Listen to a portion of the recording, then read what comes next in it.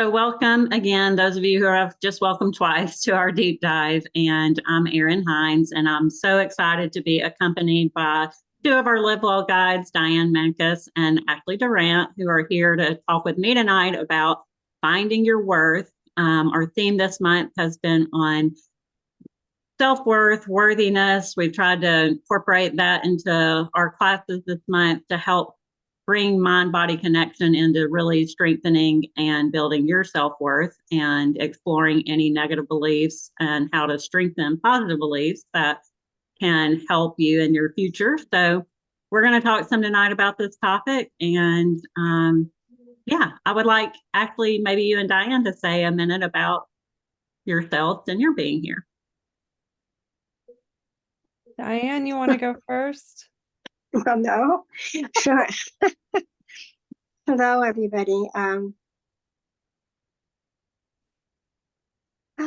It's just nice to be here with you, and I've had a long time in my life to decide that I have worth, and I'd like to share that with you any way I can.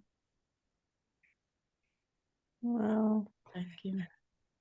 Oh, yeah, I'm Ashley. Diane and I teach yoga together with LiveWell. Some of you folks are in some of our classes, and I have been working as a coach also, helping people with things like self-worth and like all the topics that come up with LiveWell. I'm just so happy to be here, and Erin's wisdom is always such a blessing, and I love working with Diane too. And it's also good to just see some of your other familiar faces. So thanks for being here this Wednesday night.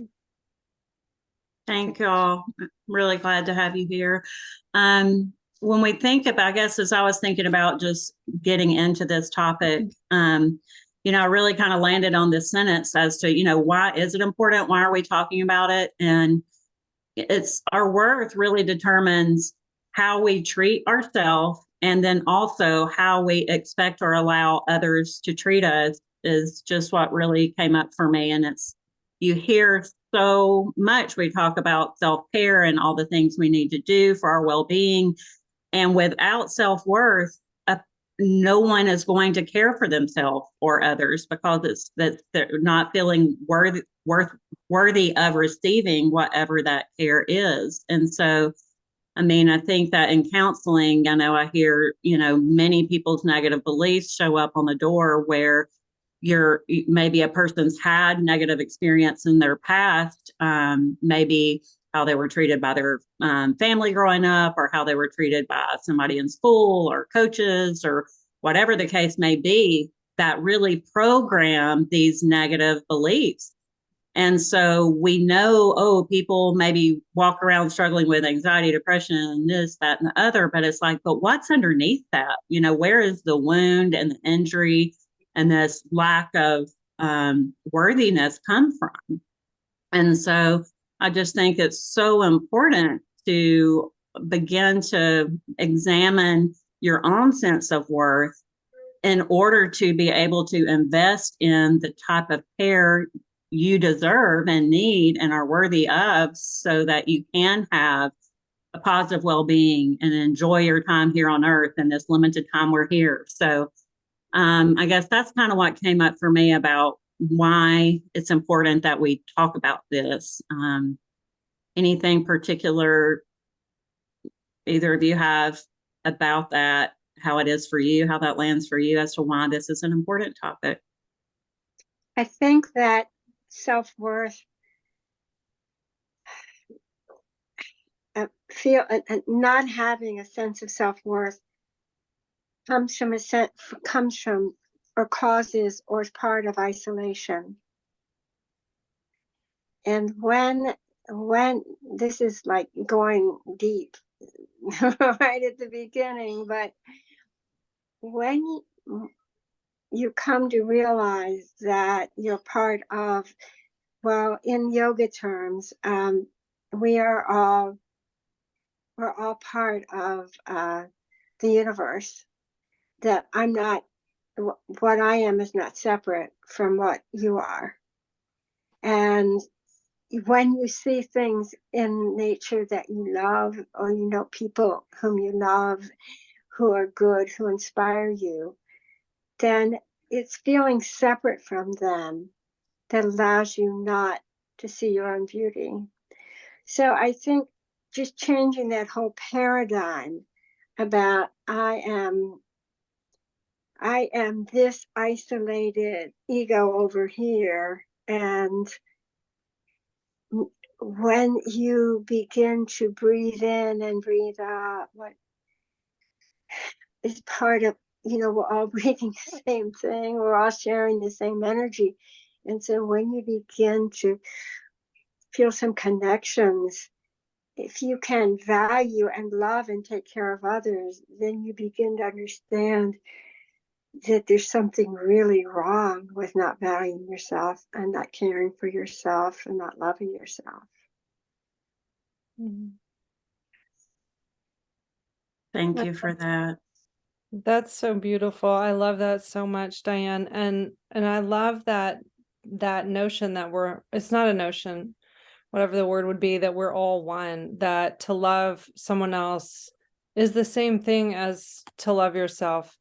And for me, spiritually, it's also a function of the divine. Like we talk about the divine as if the divine is something that's outside of us, or that it's aspirational and we're just trying to get to that, whatever that might be, that higher power. And that thing is us too. Like we are that, and we are the other people that we love. It's all kind of the continuum of that. I think it's so important to not to do the separating in your mind, that actually in a lot of ways culture reflects to us that separation somehow. Like it's something that we pick up on that is it's not nurturing for any of us. Yeah. Yeah, I know the culture of it, when you think about the grind culture or the being more, having more, doing more, I think that is what's underneath. I mean, particularly, it's the success driven life that, particularly our country embodies. And it's that you have to be that specially unique, above average, in order to have this attainable sense of self, rather than this just by my being and my existence, I'm enough. And I think many of us who are raised on that notion of performance and what are you giving and doing, and it's that rat race burnout, that people are just, get tired of never feeling satisfied, never feeling that they are enough, that they've done enough, that they have enough, and that ever chasing, as I think that's the consequence of this low self-worth, and always having to prove and always having to strive and always having to be, is exhaustion, is burnout, is people pleasing, is perfectionism, is the end result anxiety disorders, depression, suicidal thinking, addiction, workaholism, all the things, because I'm trying to elevate my status rather than relax and trusting and knowing that I'm enough. And I know that, this is something that I hear a lot in our classes that we try to impart to people who are showing up to take care of themselves. But I think that chronic condition of unworthiness is really a common struggle in our culture. It's like if you're holding a newborn baby and you look at that baby and you say, okay, child, you have to earn your right to be here. That's what we do to ourselves. We have to somehow earn our right to be here, instead of starting with the premise that we are here and that we are part of a beautiful collective possibility. And nobody I mean, how could we say, any of us, how's it possible to earn your right to be here? It's just a ludicrous idea. It seems to me. Yeah. Yeah, well, I mean, and I think part of what I had in my notes is wanting to kind of break down some of the myths or beliefs that maybe we have, because I think, I was listening to someone talk the other day who was going on about how self-esteem was a word used so much, and there was so much of this. How are we going to increase kids' self-esteem? And a lot of focus on that. And I was listening about the distinction between the self-esteem and self-worth. And it's like almost our culture got so about self-esteem that we forgot about worth. And it's like self-esteem is a lot of proving, accomplishing, succeeding things. And like that worthiness is just, I think, got blurred out over the years where, people really lost a sense of who they were and became more of that. What do people see about my life? What do I do? Where did I go to school? What kind of house do I have? Where do I live? All of those things became who we were instead of the what's underneath all that. I think it's so impossible to quantify as well the various layers of our cultural conditioning around self-worth, innate self-worth. When you look at the ways that, frankly, in a lot of ways, religion teaches us that we aren't really innately worthy, that we have to do things to be more worthy. I think that can have a really bad fallout on certain, I don't know, depending on how you're raised around some of those ideas. As much love what am I trying to say? As much love as is in religious belief, there's still all that stuff about, you're a sinner, you're separate, you're worse, you're bad, and all of that shame that comes out of that. And that layers on top of the cultural conditioning that you're talking about, like competition with each other, trying to elevate yourself to the next level. That's kind of capitalist culture too. So there's like multiple things, just it's like a perfect storm for eroding your self-worth. I like to say God doesn't make junk. Right. How can, we have to, if we have a divine being, if we give reverence to a creator, and that creator is love, how can we conclude that that creator would ever allow bad things? I know bad things happen, but it's certainly not the intention of our creation and our being that we are supposed to prove our worth. My goodness. No, we couldn't. Well, and this, as I was investigating this topic a little bit, something that really spoke strongly to me, because I know in doing this and examining where does this negative worth come from, what is it that happened to me that contributed to this negative belief about self? So there's a certain amount of investigation of that is important, and really kind of identifying the shame or the embarrassment or the humiliation or whatever the negative emotions are under all that. I mean, it's important to do that work so that we can install the new positive affirmations or beliefs or the stuff that we try to put in that's the positive. Like, it doesn't receive, like we don't receive it until we believe we can have it, so it's like you have to deal with the self-worth before you put in the positive. And so, some of the tools and techniques we'll talk tonight about doing that. I mean, it just really stood out to me that it's important to understand the hurt so that you can receive the treatment for the hurt, the antidote for that. So it's like really thinking about how have I been maybe attacking myself? What does my inner critic sound like? How am I judging myself? And then releasing that so that you It's can live the new. It's using critical thinking to look at, and I love that, putting in the work, using critical thinking to put in the work to see how did I get here Mm-hmm. and how reasonable is that? But it is putting in the work and feeling the pain. I mean, Yeah. feeling the pain is just a part of releasing the pain. Yes.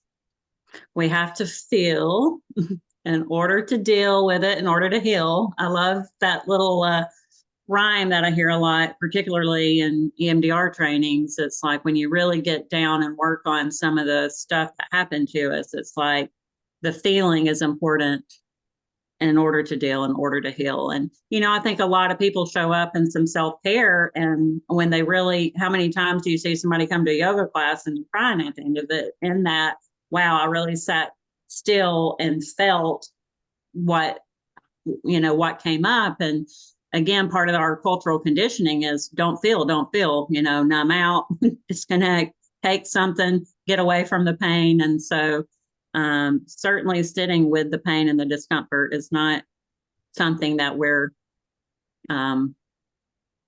all conditioned to think we need to do. But so, yeah, I mean, I guess thinking about, moving into what is the antidote for that. So if we know that we may be a person that struggles with self-worth, and we're willing to do the work, we're willing to sit with the pain, we're willing to sit with the discomfort in order to begin our healing process. So when looking at the antidote for that, I mean, one of the first things that come up for me is the self-compassion work that we talk so much about. I mean, Kristen Neff and her self-compassion work on the common humanity. That goes back to what, Diane, you were talking about with it not being isolated, knowing that I'm not alone, that, I mean, I'm here connected with other people suffering. The self-kindness, where you're tender with yourself and, poor thing, you went through a lot, that must hurt. I get where you're coming from. Just kind reflection to yourself, in addition to understanding you're not alone. And then the mindfulness, those three parts of self-compassion that she talks about so well, that mindfulness piece, which for me, I mean, anytime I sit down with a person struggling, it's like the non-judging, the accepting, the allowing, the non-striving, all of those aspects of mindfulness that are just essential, I believe. And if we're going to walk around on this troubled planet feeling okay, using those, mindfulness practices and beliefs, understandings. I mean, I think self-compassion really is one of the best antidotes for low self-worth. What comes up for either of you, and that, not to put you on the spot, but I can go on too. I think non-judging is it's not part of our culture. We judge everything and everybody. And so it's kind of crazy to talk about feeling the pain, but can you feel the pain and not judge yourself for it? Yes. Yes. And I mean, I think one of those other C words, we talked about the competition of capitalism, but the comparison, the comparisons. I think that's just been such the struggle of the advent of smartphones and social media, and everyone stacking themselves up against how everyone else is looking and feeling and being. And these children who, are growing up now raised on that, comparing and judging. I should look different. I got to buy some different clothes because this is what I'm seeing everybody have. It's just the comparison that create the competition, that create the, such a struggle. But yes, the non-judging is a hard one, but so important. It just is what it is. It doesn't have to have meaning, good or bad. Well, I think mindfulness is kind of an elusive concept, but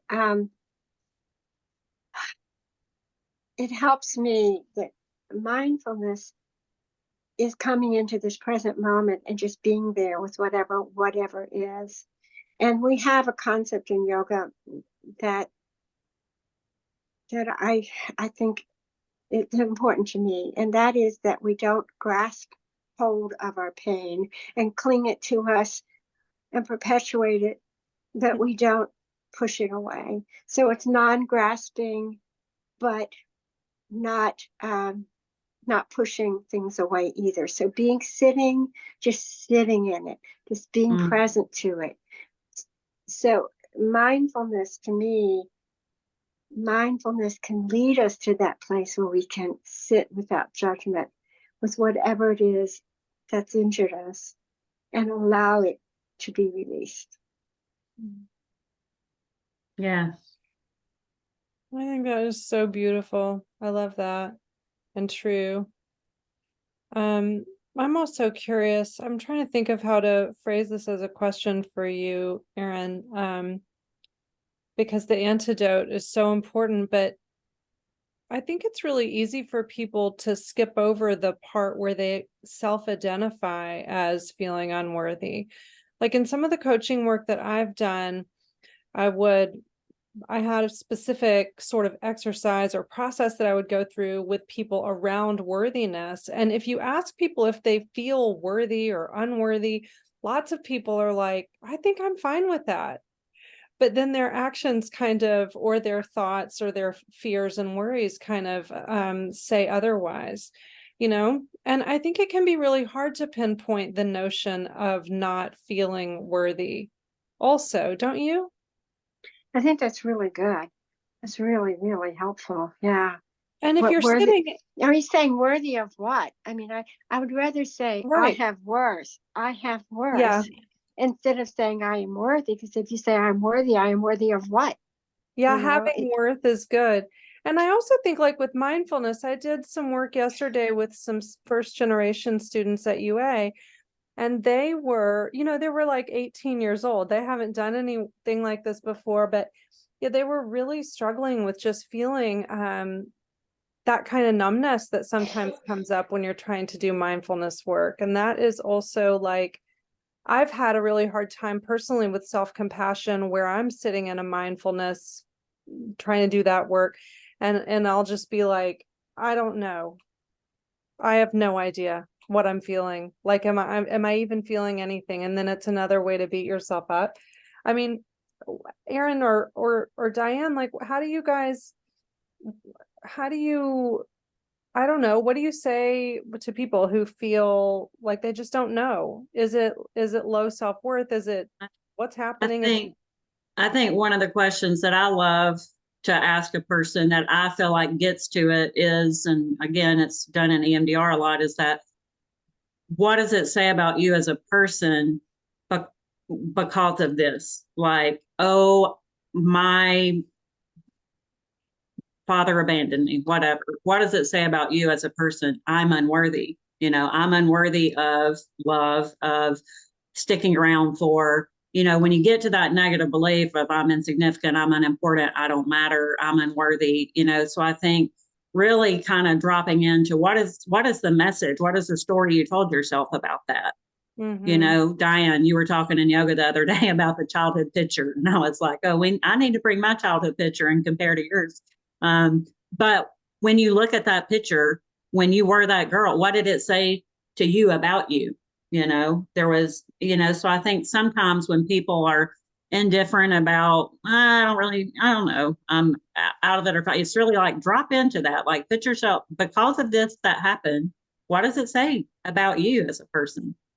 And usually a person's going to really get, and you might have to ask it a couple of times. And if that, then what does that say about you as a person? And then what does that say about you? I mean, I think so that investigation that we do inside of ourselves, hopefully, maybe in therapy or, with a coach or a caring person, is what am I really saying to myself about me? one of the things I say about numbness is, can you not judge yourself for it? Can you just be curious about it? So that kind of leads to what you're saying about, just just diving, let's be curious about, so you don't feel anything. Okay, I don't feel anything. So why do I think maybe I don't feel anything? It's that kind of Mhm. Well, not, and I think not, our thinking and feeling are so, some people do it this way and the other this way, but I think sometimes that right question, when a person, if you say out loud yourself that some of that negative belief, that's where the feeling comes. That's where you get out of the numbness. It's when, ouch, that hurt. And now I can feel what's underneath that. And so sometimes we have to get the story and the message we tell ourselves in order to get to the feeling, rather than feeling the feeling first. and maybe it's just to say, okay, self, so you're feeling numb. Okay. So I really, this, so isn't that sweet? You're just trying to protect me. Thank you. Mm, You know? mm. Yes.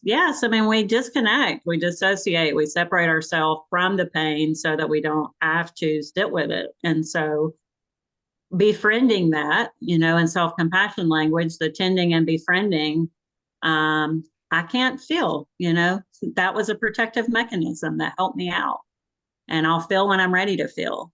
I have control of when I feel. So I take that back. and and maybe seeing that as something not to judge, back to that non-judging, but to say, this is how it is right now. Maybe it's too painful in this moment for me to have that sensation. So I'll notice that. Just being curious. Um, yeah, so I definitely am mindfully looking at the time and want to put out a couple of things that came up for me that I wanted to make sure we talked some about, I guess, tools for um, building self-worth, boosting self-worth. And I know I just kind of talked about the whole self-compassion, but as we're working on that, are we doing things like meditations with positive affirmations, or EFT tapping is something that is really positive. And I brought an EFT tapping script tonight that I may do depending on how much questions we have. Just to help people walk through what that looks like. So there's a lot of different things that we can do, classes that we can take, or meditations or practices. Also, having the affirmations around your house, a magnet on your refrigerator. Actually, I think one of your retreats you did, you had us type one of our positive affirmations and put on our fridge over the holidays. Like putting those reminders in our life.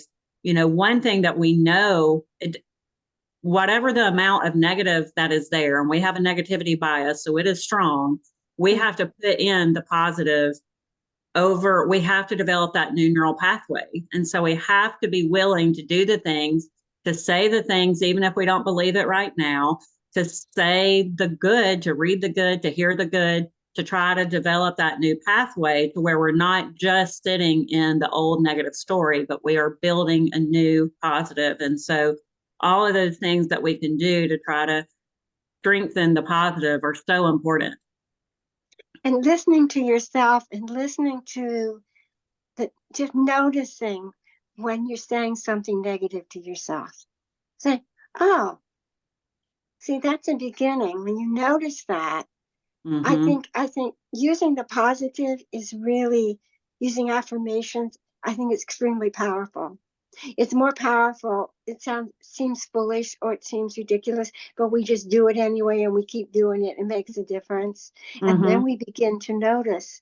Like I think I've said this before. I used to say, when I made a mistake, I used to say to myself, "You are so stupid. Why did you do that?"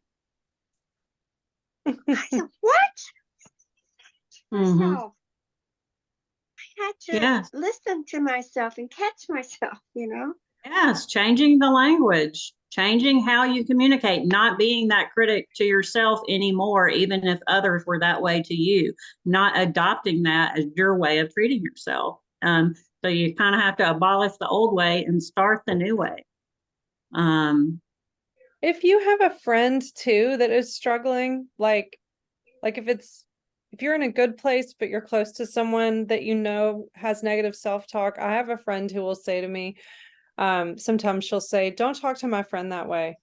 I'll say, I shouldn't have done that. That was so dumb. And she'll say, don't talk to my friend that way. And I always think it's so cute. And it sort of got lodged in my head the way an affirmation does. And now sometimes if I catch myself in some sort of negative self-talk, I'll say to myself, don't talk to my friend that way about myself. It is really funny and useful. It also might just snap you out of it and make you laugh. Yes. Yes, that tending and befriending, how would you treat a friend is, how you should begin treating yourself. Or as Diane talked about, seeing the infant, would you look in an infant's eyes and say some of those negative critical things to this innocent life that hasn't even had a chance, how can you talk to yourself with that same innocence and sweetness and tenderness? And, using the language and that's, I think, what a lot of that self-compassion book I just love. It's just not only the language, but the tender touch. She talks a lot about putting your hand on your heart, when you make a mistake, oh dear, that's okay. I know that hurt. We're going to get through this moment of suffering. That's all it is. It's a little hurt and we're going to be okay. And like you would a kid falling off a bike, like you would rush up beside them and honey, I'm here. You're not alone. I'm with you. And how we do that to ourselves, even in moments of struggle. So, and even if nobody's there with me, can I be there for me? Yeah. Am I willing to take that step? And I just want to take one step to be there for me, even when I feel like no one is there for me. And I'd say, okay, I have no control over anybody else, but I can be here for me. Oh. Yeah. Yes. Just try it. I mean, just try it. So it seems ridiculous and ludicrous. Just try it. Yes. Yes. Thank you for that. I want to, on this recorded part, make sure that I thought about books that come up for me that I thought are helpful along this. And I've mentioned Kristen Neff's Self-Compassion. Burnout, I think, has such really good information about this too, by the Nagalski sisters. Sacred Rest comes up for me. We did a talk about it one time that just talks so much about taking care of you. Those were some of the books that came up for me. I know there's a ton. Any particular book you'd like to make sure people hear about, and we can put them in the notes too, or any other particular tool or technique that you want to throw out there for someone to consider? I know I mentioned EFT tapping, affirmations, meditations, yoga. Any other tools that come to mind that you want to make sure are recorded for anybody who comes back before we open up for questions and stop the recording? Just placing both hands on your heart and say, just I breathe love in, I breathe love out. It's really amazing, but I find that when people just place their hands on their heart like that and breathe in, I breathe love in and I breathe love out, it has a visceral and a spiritual and a mental effect. The loving kindness meditation, it's just so simple and so repetitive, and when you just do it all the time, and yet it's just so powerful. May you be at peace. May you be happy. May you be well. May you be at ease. May I be happy. Just get up in the morning and say, may I be happy. Why not? I was going to say another author for mindfulness, Pema Chodron, has some wonderful books. So she would be someone if you're interested more in the mindfulness realm, and she does the whole loving kindness. And even goes beyond that to like eventually be like being able to love the whole world through loving kindness. The other book that I like to go back to frequently or repeat to myself, the four agreements. Yeah. It's a short read, but 4 really powerful things that we can do, the way in which we think about like speaking to ourselves with truth, never lying to ourselves, which would mean, not saying things that are false about ourselves, like to ourselves or to other people, pretending that you are or you're not something that you are or you're not. And then don't make assumptions. Do your best. And I mean, and the book goes into more detail on those areas, but Yeah. it's just a simple thing. Yeah. So much good stuff out there. And as always, all of our classes and you LiveWell guides always have such good messages and bring such good stuff in that are so helpful for building confidence, self-worth, and these things. So certainly would invite anybody to attend any of your classes. So thanks y'all for sharing. I'm going to stop the recording now and then just see if anyone else has anything that they're interested. Thank y'all for being here.